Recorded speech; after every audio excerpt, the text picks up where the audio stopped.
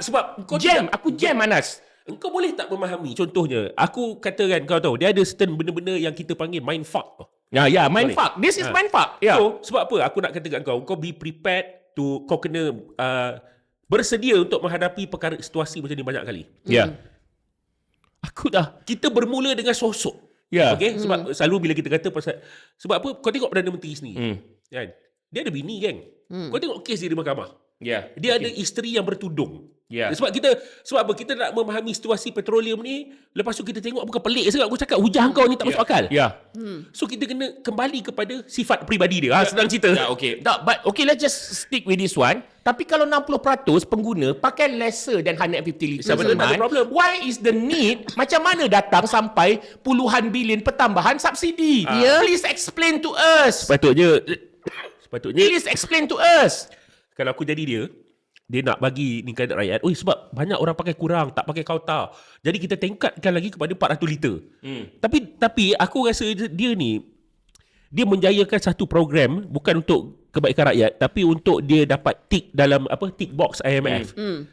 Jadi bila untuk IMF Section 4 punya report nanti, sebab setiap tahun ada report tu. Ya, dalam MTRS ada report tu. Yeah. So dia akan tick lah. Malaysia dah buat ni, dah kurangkan. So ada progress kepada pengurangan kota petroleum kepada rakyat biasa ni. Ya. Dan saya rasa sebenarnya kan, daripada kota minyak kita yang 300 liter tu, kerajaan tak payah tarik pun, Aidil. Betul. Anas. Sebab dia kata hanya berapa persen je yang pakai. Hanya berapa persen saja yang pakai. Dia tak payah tarik pun. Kalau katalah macam saya, contoh saya bagi, kalau katalah aku Anas, aku dapat 300 liter sebulan, tapi aku guna 100. Tak ada, yelah kota tu kalau aku guna lebih, maksudnya aku akan dapat lebih lah. Kalau aku tak guna lebih, dia just stay dekat situ lah. Ya. Apa masalahnya sampai kerajaan ni nak announce untuk mula-mula kau nak tarik pergi 200 liter. Daripada 200 liter kau nak tarik pergi 150.